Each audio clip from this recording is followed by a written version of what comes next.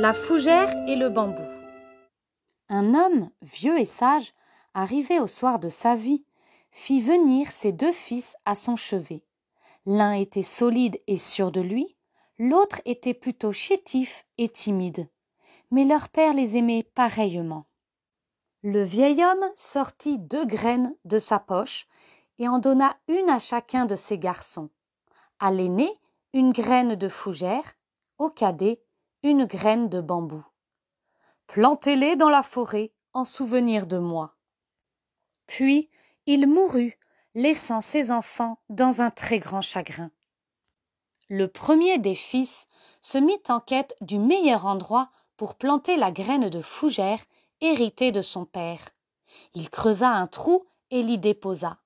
Comme il était fort et robuste, il lui fut facile de faire plusieurs allers-retours au puits du village pour ramener l'eau indispensable à la semence.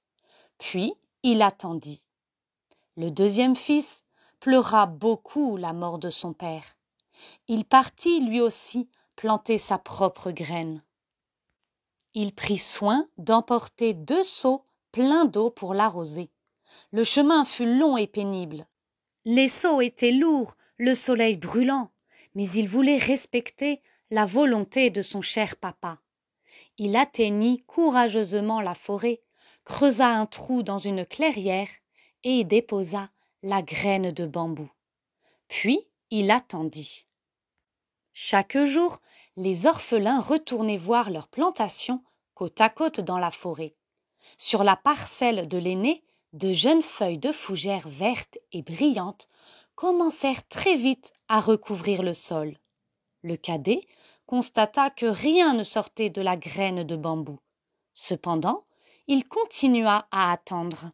« Je ne renonce pas », murmura-t-il comme s'il s'adressait à son père. Les mois passèrent. La fougère ne cessait de grandir. Elle était de plus en plus abondante, mais rien ne poussait de la graine de bambou. L'année suivante, elle n'avait pas encore germé. Par contre, la fougère avait recouvert toute la parcelle et le fils aîné en était particulièrement fier. « Rends-toi à l'évidence, la graine que tu as plantée a pourri, c'est inutile d'attendre. »« Je ne renonce pas, » lui répéta son frère. La 3e année passa. Le fils aîné était triste de voir son frère assis au bord de la clairière vide, alors que ses fougères prospéraient. La 4e année arriva. Toujours rien ne sortait de la graine de bambou. Chaque jour, le jeune garçon versait un seau d'eau sur la terre aride.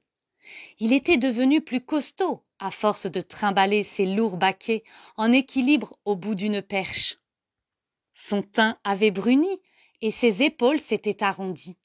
« Ta graine est morte, comme ton père !» se moquaient les garçons du village. « Je ne renonce pas !» insistait le jeune garçon, sourd aux méchancetés. Le fils aîné, fier comme un paon, fit visiter sa plantation aux villageois admiratifs. Il remarqua toutefois, avec inquiétude, que certaines fougères commençaient à flétrir sous le soleil écrasant. Un matin, lors de la 5e année, le plus jeune arriva à l'aube sur sa parcelle de forêt. Une minuscule pousse de bambou était sortie de terre. Comparée à la fougère, elle avait l'air insignifiante. Mais cette petite tige pâle lui redonna espoir. Le lendemain, la tige avait grandi d'1 mètre, décourageant ainsi les insectes. À partir de ce jour, le bambou ne cessa de croître. Il poussa si rapidement que le garçon aux fougères n'en croyait pas ses yeux. Ce n'est pas parce que nous ne le voyons pas qu'il ne se passe rien. Le principal est de ne pas renoncer, lui souffla son jeune frère. La graine s'était développée sous terre et avait créé un immense réseau de racines. Le bambou avait mis 5 ans à se fortifier, à se construire une base solide. La 6e année, le bambou avait grandi jusqu'à 20 mètres de haut. Chacun venait admirer cette forêt qui fit très vite de l'ombre aux fougères. Sous l'effet de cette agréable fraîcheur, elles s'épanouirent davantage encore. Comme elles étaient belles! Une nuit, les garçons rêvèrent de leur père défunt. Apparaissant dans leurs songes, leur père délivra à ses deux fils un important message. S'adressant au plus jeune, il dit « Tout ce temps que tu as passé à lutter, tu étais en train de faire pousser des racines. Elles ont rendu ton bambou plus fort et lui ont donné ce dont il a besoin pour vivre. » Puis il sourit et continua. « Le bambou et la fougère sont différents. Cependant, les deux sont nécessaires et font de cette forêt un lieu magnifique. Ne regrettez jamais un seul jour de votre vie. Les bons jours vous rendent heureux, les mauvais jours vous donnent de l'expérience. Les deux sont essentiels à la vie. » Dès le lendemain matin, les deux frères travaillèrent ensemble. Le bambou servit à construire de solides maisons dans toute la région. Les fougères, une fois séchées, recouvrirent leurs toits. Ils n'oublièrent jamais ce que leur père bien-aimé leur avait enseigné. Si tu n'obtiens pas ce que tu désires, ne renonce pas. Qui sait, peut-être es-tu juste en train de fortifier tes racines.